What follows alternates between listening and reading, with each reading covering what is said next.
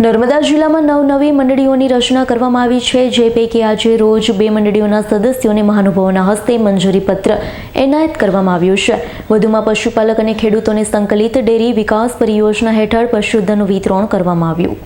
સરકારના સહકારથી સમૃદ્ધિના વિઝનને સાકાર કરવા માટે નવી એપીએમસીએસ ડેરી અને મત્સ્યપાલન સહકારી મંડળીઓની રચના તેને મજબૂત કરવા માટે કેન્દ્રીય ગૃહમંત્રી સહકારિતા મંત્રી અમિત શાહના અધ્યક્ષસ્થાને નવી દિલ્હીમાં મેગા ઇવેન્ટનું આયોજન 25 ડિસેમ્બરે કરવામાં આવ્યું છે, જેને અનુલક્ષીને રાજપીપળાની ખેતી ઉત્પન્ન બજાર સમિતિના સભાખંડ ખાતે સાંસદ મનસુખભાઈ વસાવાના અધ્યક્ષસ્થાને કાર્યક્રમ યોજાયો. આ પ્રસંગે નાંદોદ ધારાસભ્ય ડોક્ટર દર્શનાબેન દેશમુખે પણ પ્રેરક ઉપસ્થિતિ નોંધાવી.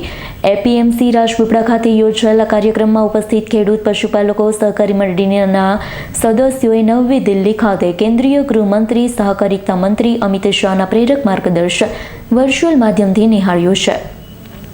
ગુજરાતના મુખ્યમંત્રી ભૂપેન્દ્રભાઈ પટેલના અધ્યક્ષસ્થાને યોજાયેલા કાર્યક્રમમાં પ્રત્યેક પંચાયતમાં વિવિધ કાર્યકારી સહકારી મંડળીના સહકારથી સમૃદ્ધિ કાર્યક્રમનું ગાંધીનગર ખાતેથી સીધું પ્રસારણ નિહાળ્યું. આજે દેશના પૂર્વ વડાપ્રધાન અટલ બિહારી વાજપેયીનો જન્મદિવસ છે. ભારત સરકાર અને રાજ્ય સરકારે આ દિવસને સુશાસન દિવસ તરીકે જાહેર કર્યો છે. રાજ્ય અને દેશને સમૃદ્ધ બનાવવો હોય તો સુશાસન વ્યવસ્થા પર સરકાર ખૂબ જ ભાર મૂકે છે. અને મારે વિશ્વાસ સાથે કહેવું પડે છે કે દેશ અને રાજ્યની અંદર જેટલી કલ્યાણકારી યોજનાઓ છે, વિકાસલક્ષી યોજના છે, એમાં પારદર્શક વહીવટ દેખાય છે, સુશાસન દેખાય છે. શાસન થકી રાષ્ટ્રની સેવા અને પ્રજાની સેવા થઈ રહી છે.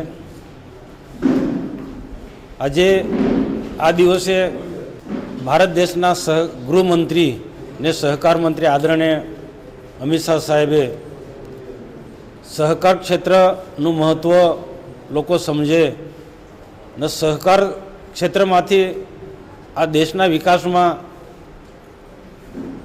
ઘણું બધું એવી યોજનાઓ જે છે કે એના થકી દેશને વિકાસના માર્ગે લઈ જઈ શકાય, અનેક લોકોને રોજગારી મળી શકે.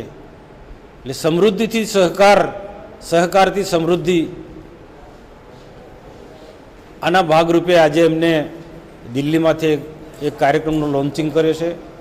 નવી મંડળી ઊભી કરી છે, એની આજે જાહેરાત કરી છે કે આ મંડળીઓ થકી સરકારની ઘણી યોજનાઓ લોકો સુધી આપણે પહોંચાડી શકીએ છીએ અને એનાથી લોકોને ઘણા બધા રોજગાર ધંધા મળી શકે છે. કોઓપરેટિવ સોસાયટીઓ પણ આજે આખા ગુજરાતની અંદર એટલી બધી મજબૂત છે કે જેના કારણે અનેક લોકોને રોજગારી મળી છે અને સરકારની યોજનાઓનો સરળતાથી લાભ મળી રહે છે. આજે નર્મદા જિલ્લામાં પણ અમે આ કાર્યક્રમને સફળ બનાવ્યો છે. દીપક જગતાપનો રિપોર્ટ, S9 ન્યૂઝ, રાજપીપળા. અમારી તમામ માહિતીથી અપડેટ રહેવા માટે જોડાયેલા રહો S9 ન્યૂઝ સાથે.